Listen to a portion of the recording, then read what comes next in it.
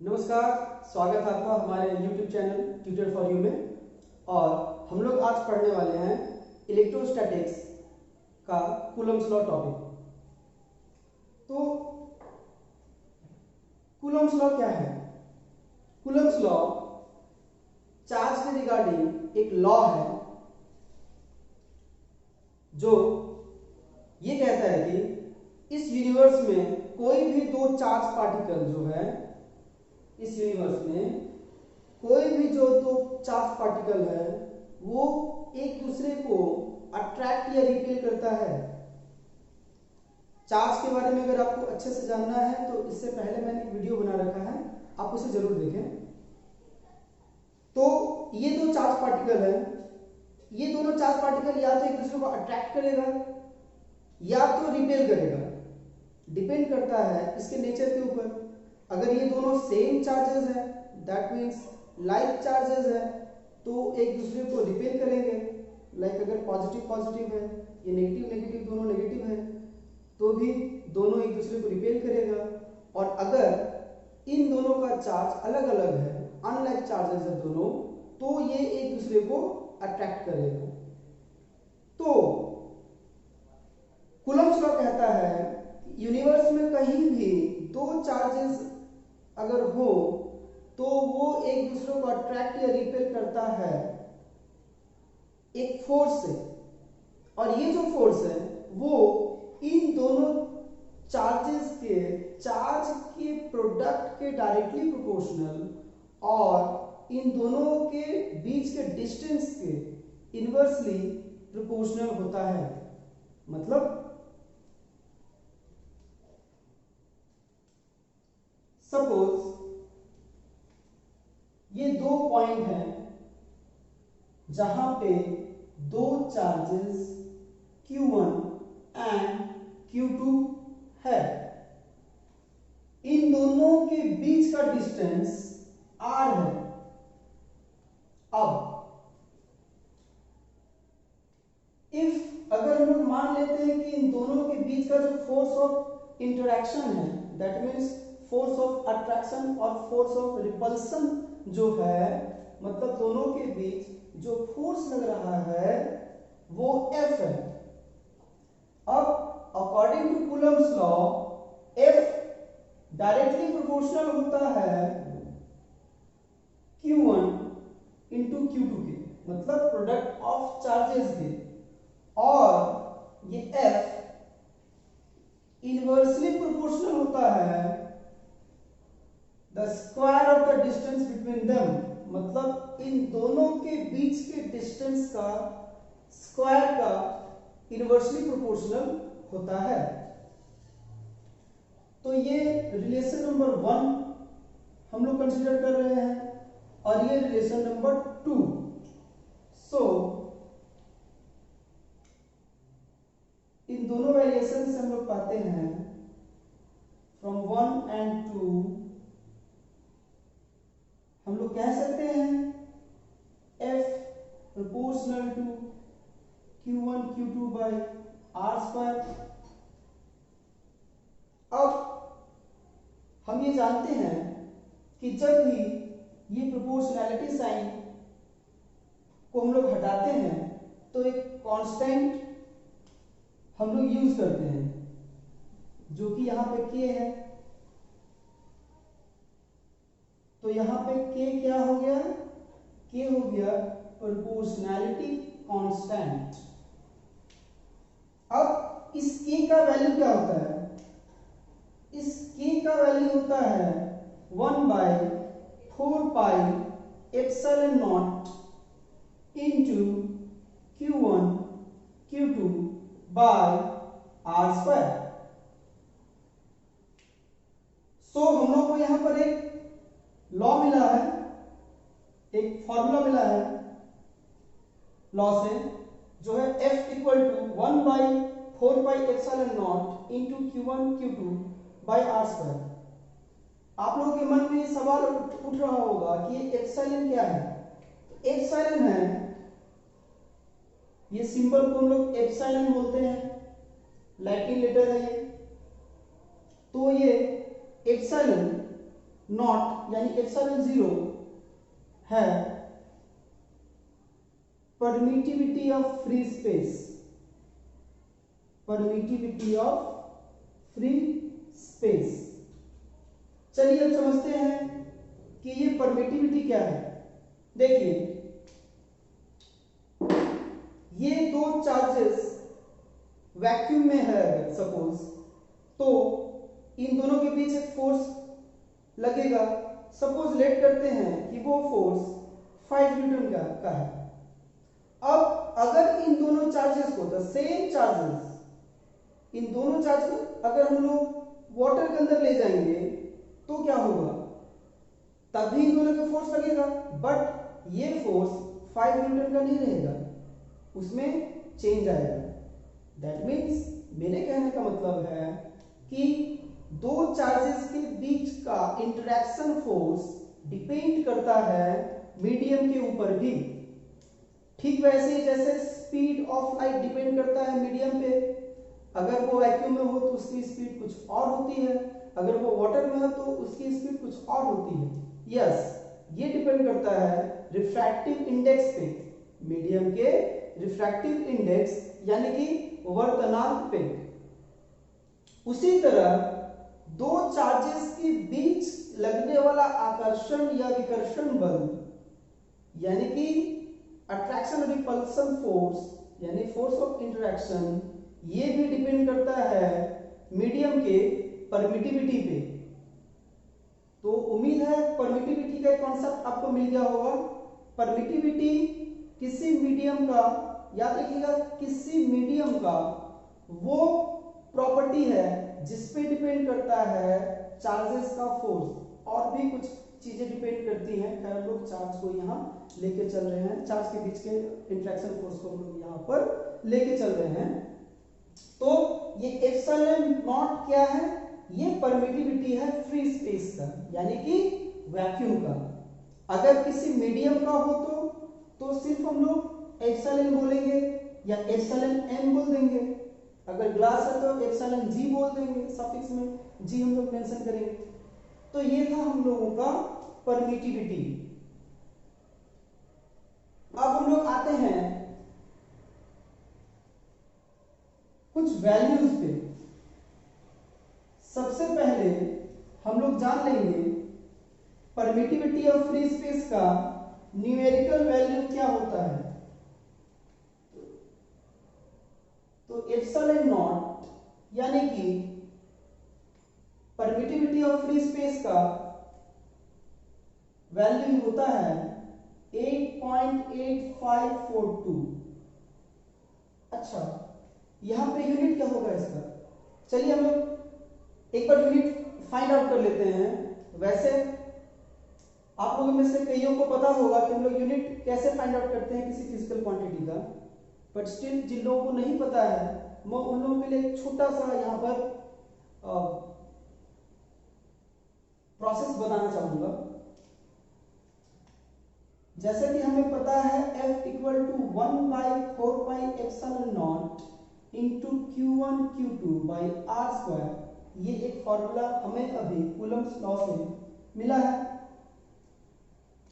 तो यहां से हम एप्सिलॉन नॉट इक्वल टू क्या पाएंगे, हम पाएंगे 1/4 pi into Q1 Q2 by F R square. अब जब मैं यूनिट फाइंड आउट करना है एप्सिलॉन नॉट का, तो हम जब भी यूनिट फाइंड आउट करेंगे तो कांस्टेंट को हम लोग कंसीडर नहीं करेंगे। तो Q1 इंटू Q2, Q यानी चार्ज, ये भी चार्ज, तो चार्ज इंटू चार्ज। चार्ज का ऐसा यूनिट क्या होता है, चार्ज का ऐसा यूनिट होता है कूलम, तो कूलम इंटू कूलम हो जाएगा coulomb square, that divided by force का यूनिट न्यूटन एंड डिस्टेंस का यूनिट मीटर, तो ये हो जाएगा मीटर स्क्वायर। दैट मीन्स हमें एप्सिलॉन नॉट की यूनिट क्या मिली, एप्सिलॉन नॉट की ऐसा यूनिट हमें मिली coulomb square newton inverse metre square inverse. तो हम इसे यहां लिख देंगे coulomb square newton inverse metre square inverse. इसकी एक और यूनिट हम लिख सकते हैं, जैसा कि हमें पता है न्यूटन मीटर का मतलब होता है joule, yes, unit of work done. तो अगर हम लोग न्यूटन मीटर की जगह जूल को यूज करेंगे तो हमें एक और यूनिट इसकी मिल जाएगी जो होगी कूलम स्क्वायर पर joule, that means joule inverse metre inverse. Obviously ये ऐसा यूनिट है परमिटिविटी की, ये सिर्फ परमिटिविटी ऑफ फ्री स्पेस नहीं, पूरा का पूरा परमिटिविटी का ही यूनिट है। अगर इसे हम, अच्छा ये एसआई में है, in SI system, CGS system में इसकी यूनिट हो जाएगी statcoulomb, statcoulomb square dyne inverse centimetre square inverse. और अगर वर्क डन की यूनिट में लिखें तो ये होगी स्टैक कूलम स्क्वायर अर्थ इनवर्स सेंटीमीटर इनवर्स। तो ये था unit permittivity of free space का। अब हम यहां वैल्यू पुट करेंगे या न्यूमेरिकल वैल्यू जानेंगे इस पूरे टर्म का 1/4 पाई एप्सिलॉन नॉट। इसका वैल्यू होता है 9 × 10⁹ newton metre square coulomb square inverse. अब ये वाला यूनिट जो मैंने लिखा है इसे भी आप इस फॉर्मूला से फाइंड आउट कर सकते हैं। तो अभी तक हम लोग जाने हैं कूलम्स लॉ के बारे में। कूलम्स लॉ क्या कहता है? कूलम्स लॉ कहता है the electrostatic force of interaction between 2 point charges is directly proportional to the product of the charges and is inversely proportional to the square of the distance between them and acts along the line joining the two charges। means देखिए हमें पता है force एक vector quantity है, that means force से सिर्फ हमें magnitude ही नहीं डायरेक्शन का भी पता चलता है। तो अगर हम लोग फोर्स ऑफ इंटरैक्शन की बात कर रहे हैं तो सिर्फ उसके मैग्नीट्यूड की नहीं, उसके डायरेक्शन के बारे में भी हमें बताना पड़ेगा। दैट मीन्स कि ये फोर्स ऑफ इंटरैक्शन किधर लगता है, किस तरफ लगता है। तो 2 पॉइंट चार्जेस जो है Q1 Q2, ये इन दोनों के बीच जो फोर्स है वो किस तरफ लगेगा, वो इसी लाइन पे होगा। इधर भी हो सकता है, इधर भी, ये डिपेंड करता है कि दोनों चार्जेस का नेचर क्या है। अगर ये दोनों पॉजिटिव चार्जेस हैं तो ये इसके ऊपर इस तरफ फोर्स लगाएगा और ये इसके ऊपर इस तरफ फोर्स लगाएगा, बट ये लाइन में ही अलाउ होगा। अगर ये ऑपोजिट चार्जेस है, मींस ये अगर पॉजिटिव है और दूसरा वाला नेगेटिव है, तो ये इस तरफ फोर्स एक्ट करेगा और ये इस पे इस तरफ फोर्स एक्ट करेगा। ये इस पे इस तरफ, मतलब ये इसे अट्रैक्ट करेगा और ये भी इसे अट्रैक्ट करेगा। Again the direction will be along the line joining the 2 point charges. So ये हो गया हमारा डायरेक्शन भी। आप इसे भी नोट डाउन कर लें, वैल्यूज मैंने इस तरफ अच्छे से लिख रखी है। अब आता है, जैसा कि हम जानते हैं फोर्स एक वेक्टर क्वांटिटी है तो इसका एक वेक्टर रिप्रेजेंटेशन भी होगा, दैट मींस इसका एक वेक्टर फॉर्म भी होगा। तो वेक्टर फॉर्म हम लोग निकालते हैं।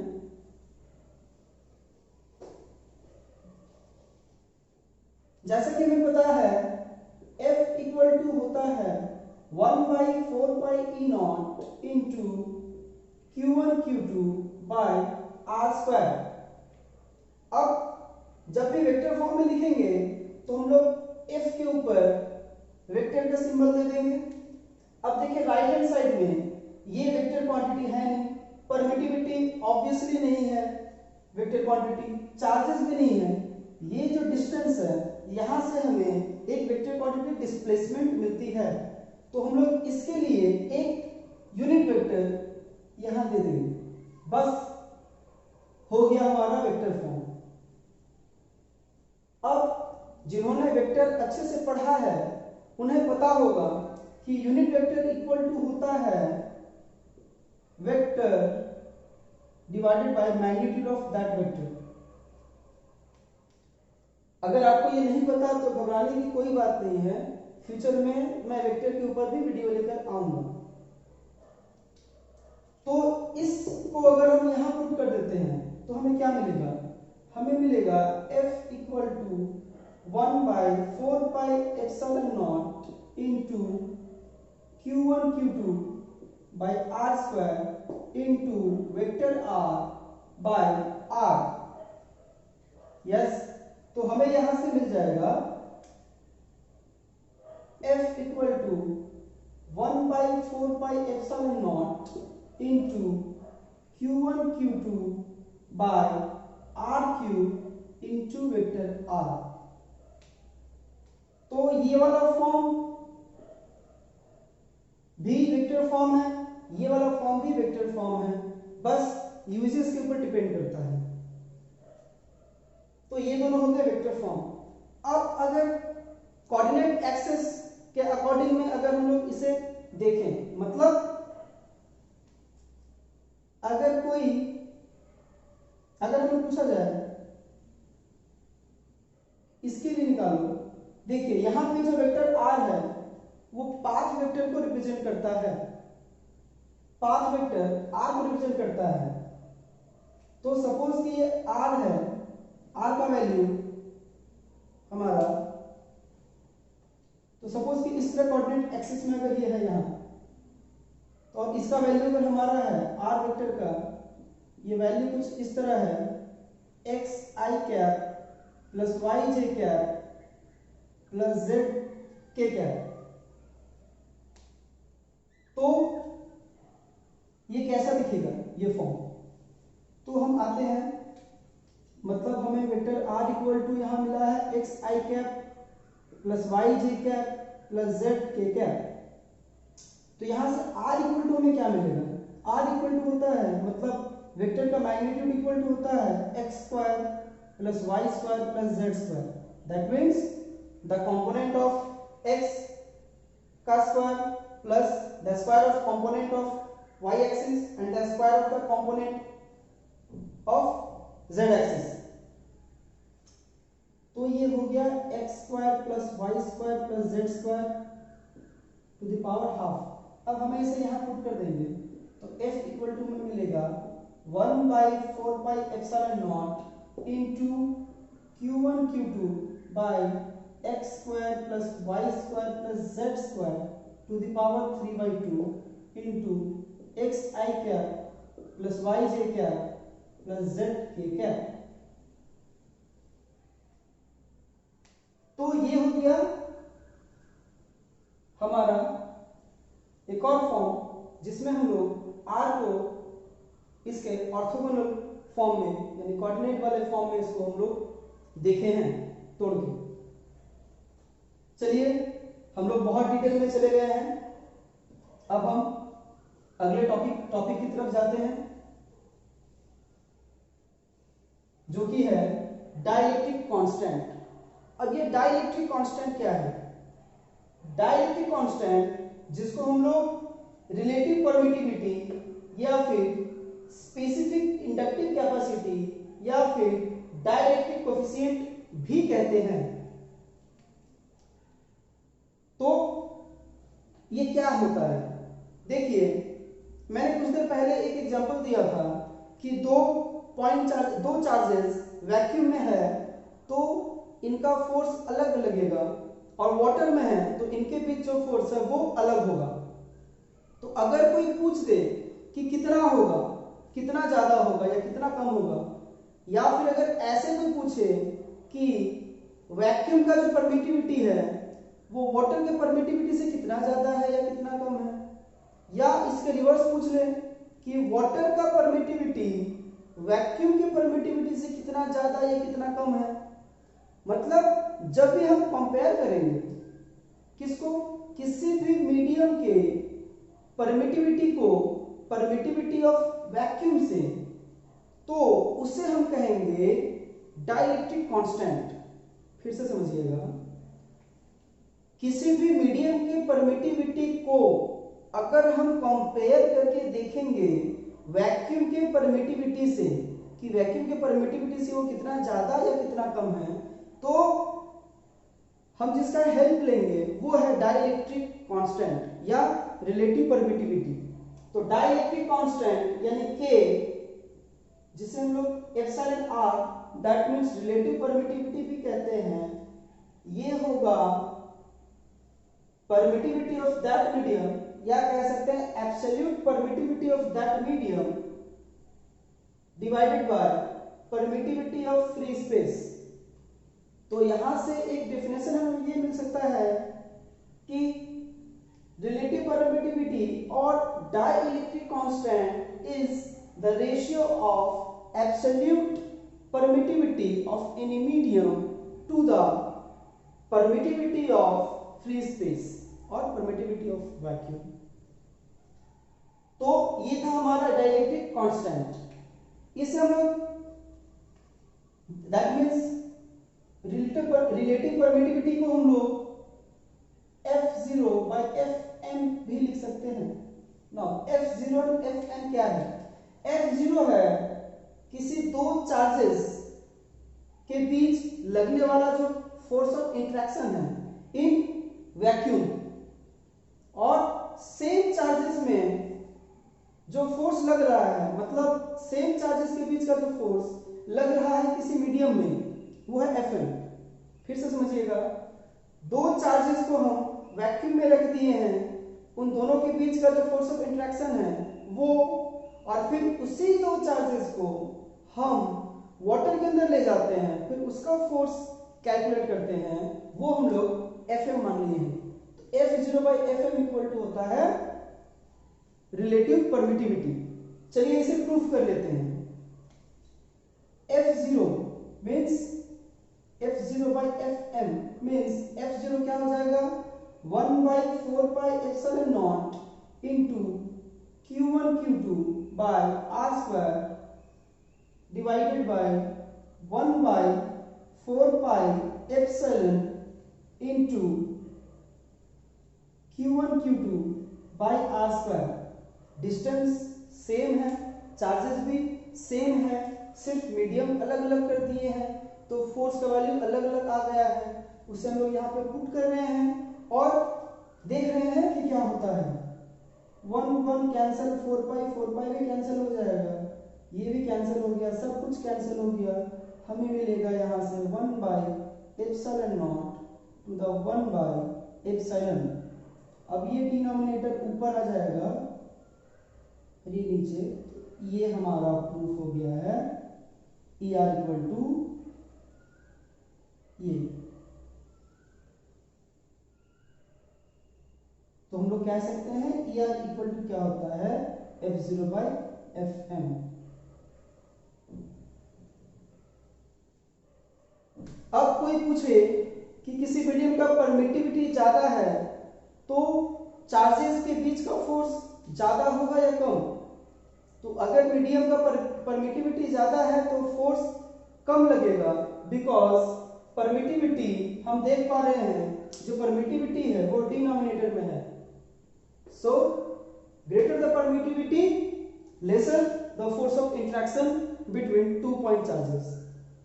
तो आज हमने क्या क्या जाना इस वीडियो में, हमने पढ़ा कूलम्ब्स लॉ के बारे में, कूलम्ब्स लॉ का वेक्टर फॉर्म, कुछ वैल्यूज हम जाने हैं कांस्टेंट्स की, और अंत में हम जाने हैं डाइलेक्ट्रिक कांस्टेंट के बारे में। तो उम्मीद करता हूं कि आपको आज का टॉपिक समझ में आया होगा। नहीं भी अगर समझ में आया हो, कुछ प्रॉब्लम हो, तो आप में कमेंट सेक्शन में जरूर बताएं। और हमसे जुड़ने के लिए या कुछ भी सजेशन वगैरह देने के लिए आप हमारे साथ व्हाट्सएप पे भी जुड़ सकते हैं।